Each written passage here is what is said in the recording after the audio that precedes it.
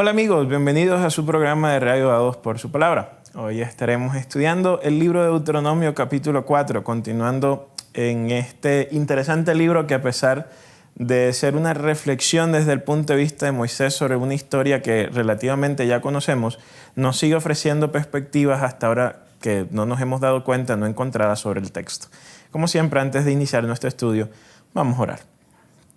Buen Dios, que al leer hoy Deuteronomio 4 podamos entender la importancia, por un lado, de las leyes, pero por el otro lado también de cómo de no exaltar la ley por encima tuyo, sino que entender esa relación que existe entre los dos.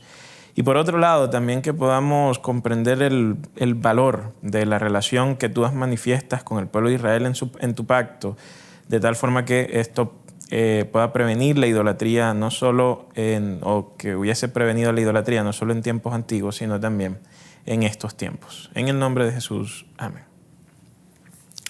Capítulo 4 de Deuteronomio nos trae una reflexión bien interesante acerca del rol y el papel de la ley.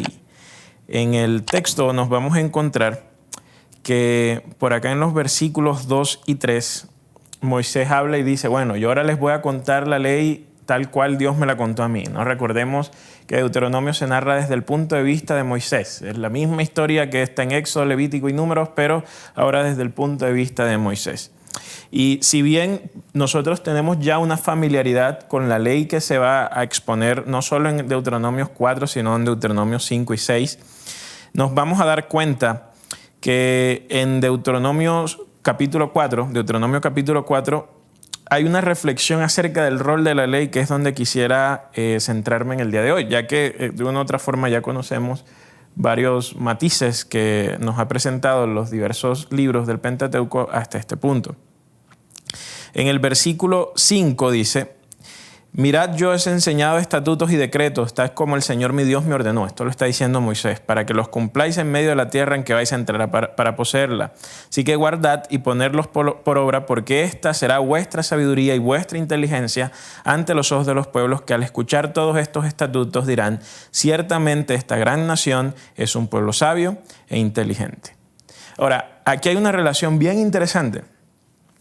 En el mundo antiguo, y cuando hablo del mundo antiguo me extiendo desde la época o de naciones tan antiguas como Egipto a los tiempos de Grecia, Roma y demás. Pero en el tiempo antiguo había una noción bien interesante de que la grandeza de una nación se medía de acuerdo a la sabiduría que estaba reflejada en las leyes. Esto quizás para nosotros no resulte tan cotidiano, pero en realidad lo es. Ejemplo, por aquí en estas latitudes latinoamericanas nosotros siempre miramos a Estados Unidos o miramos a ciertos países europeos y decimos, wow, en estos países sí, la gente sí vive bien. Y wow, en estos países tenemos una noción de que estos países en cierta forma son superiores a nosotros. Ahora, ¿en qué consiste o desde dónde percibimos nosotros esa superioridad?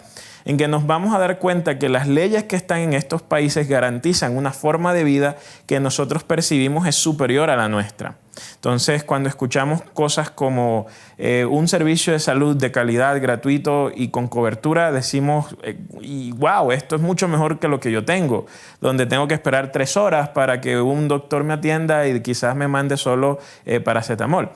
¿Y por qué en ese país se garantiza este servicio de salud, ¿no? ¿Por qué en países como Suecia el sistema carcelario parece que fuese un hotel 4 estrellas?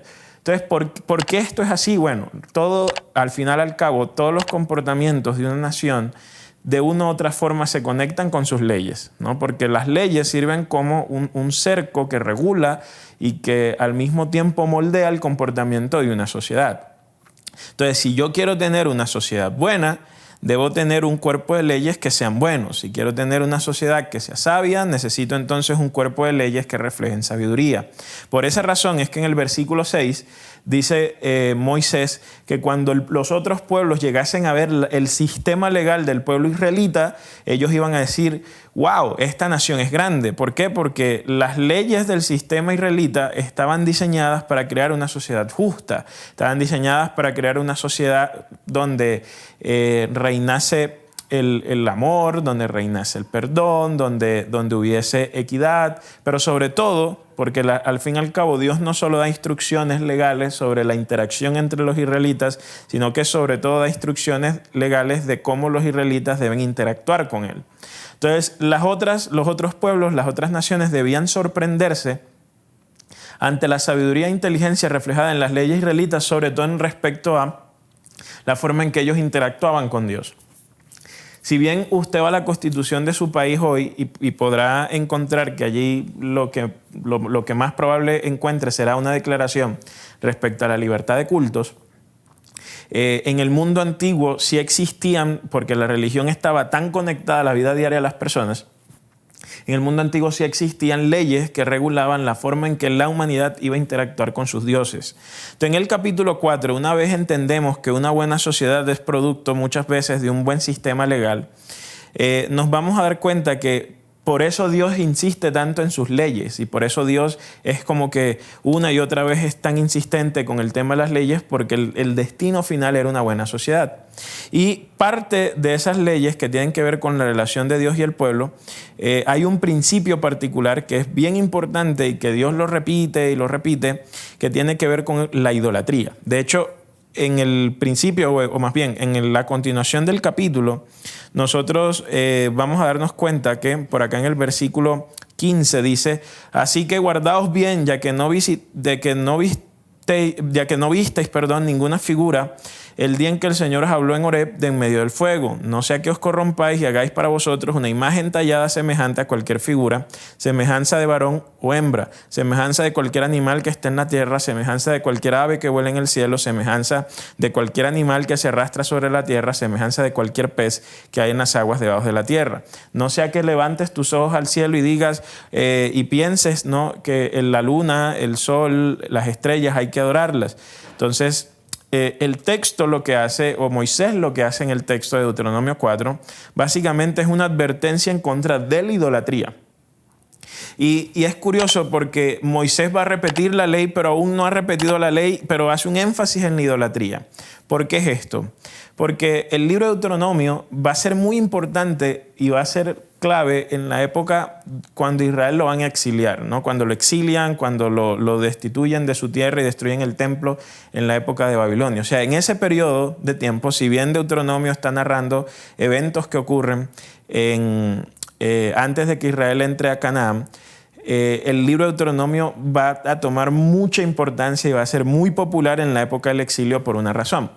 Resulta y pasa que cuando Israel se encuentra exiliado, se da cuenta que el problema tiene que ver con la idolatría. Se dan cuenta de que la idolatría fue ese mal que los desvió hacia la adoración de otros dioses, hacia la adoración de otras costumbres, y entonces la adoración de otros dioses trajo consigo un decaimiento moral, porque como la ley de Israel estaba atada al Dios de Israel, al Israel servir a otros dioses, pues la ley que les había dado también fue olvidada, y esto generó toda una crisis social, que es la crisis social de la cual van a hablar luego los profetas. Entonces Israel se va a dar cuenta de que el problema está en la idolatría. Y resulta y pasa que Deuteronomio ya les había advertido, ¿cierto? Y Moisés ya les había dicho al pueblo de Israel: ojo con la idolatría, porque la idolatría va a hacer que el tejido social que Dios quería instaurar en la tierra a través de sus leyes se perdiese. Entonces, por eso el texto es tan fuerte a la hora de hablar de la idolatría, y por eso dice que si ellos obedecen van a permanecer en la tierra, pero si ellos no obedecen, entonces Dios los va a esparcir en medio de todas las naciones, y entonces allí ellos iban a entender que solo debían comprometerse y adorar a Dios. Es bien curioso, porque en cierta forma aquí Deuteronomio sencillamente está repitiendo las bendiciones y maldiciones del pacto que vimos al final del libro de Levítico. Entonces, y como decía, en el tiempo del exilio esto va a ser supremamente importante, porque el pueblo de Israel se va a dar cuenta de que Dios ya se los había dicho, de que Dios ya se los había advertido, y de que lo que estaban viviendo simplemente era una consecuencia de la palabra de Dios. Entonces, la idolatría radica aquí en el capítulo 4 de Deuteronomio como el centro o como la raíz de, en cierta forma, los males, ¿no? Los males que hicieron desviar al pueblo de Israel y los males que hacen que el corazón del hombre sencillamente abandone a Dios. Quizás nosotros llegásemos a creer y llegásemos a tener en cierta forma hasta cierto orgullo espiritual por pensar de que como en las iglesias donde ustedes y yo vamos no hay estatuas o no hay imágenes, entonces nosotros no caemos en idolatría. Pero la idolatría tiene que ver con colocar los afectos, con colocar la mente, con colocar los intereses en donde no deben ser colocados. Y desde esa perspectiva, la idolatría es mucho más que sencillamente adorar una imagen. La idolatría tiene que ver con, de hecho, en el contexto antiguo, la imagen no tenía propiamente valor, sino que en la imagen del Dios, en la imagen reposaba el Ka divino, en el caso de los egipcios, que era el espíritu, por así decirlo, del Dios, y le daba entonces vida a esta imagen en el sentido de que la presencia del Dios moraba en el templo concretamente a través de esa imagen. Entonces, cuando Dios hace una advertencia en contra de la idolatría, no solo está hablando en contra de la imagen per se, está hablando en contra de que Dios fue el que saca al pueblo de Egipto, de que es Dios quien nos mantuvo en el desierto, de que es Dios quien hace todo por el pueblo de Israel, y el pueblo de Israel responde colocando su ser, su mente, sus afectos, sus metas y demás en alguien más que no es Yahvé. Entonces, esto es un asunto de fidelidad e infidelidad dentro de un contexto pactual. Entonces, Dios había hecho un pacto con Israel, Israel no fue capaz de mantener ese pacto con Dios y por lo tanto entonces allí hablamos de que Israel fue infiel a Dios, ¿no? Ahora, nosotros hoy, como decíamos, de igual forma, el hecho de no adorar una imagen no quiere decir que no estemos cometiendo idolatría. Cualquier elemento o cosa que haga de nuestra vida algo infiel y coloque nuestras esperanzas, nuestros deseos, nuestra mente se moldeen con algo que no sea Dios, eso también es idolatría. Y hoy en día, por ejemplo, nosotros vivimos formas sutiles de este tema.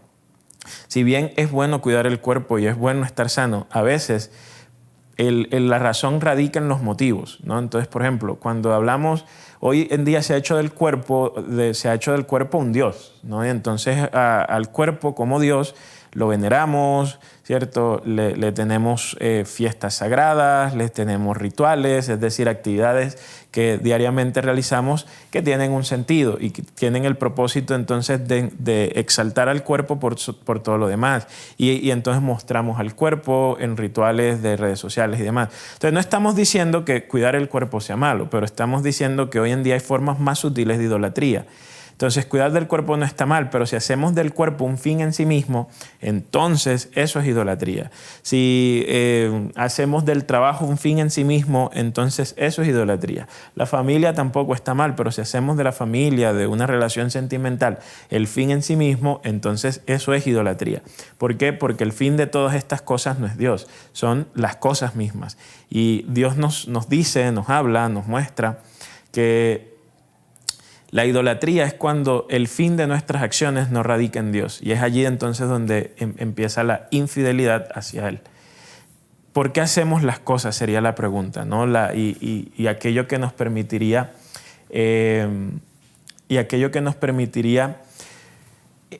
evitar la idolatría en los contextos modernos, ¿no? ¿Por qué hacemos nosotros las cosas? ¿Hacemos las cosas para gloria de Dios? ¿Tenemos pensado nosotros a Dios cuando hacemos ejercicio, cultivamos el cuerpo, cultivamos la mente?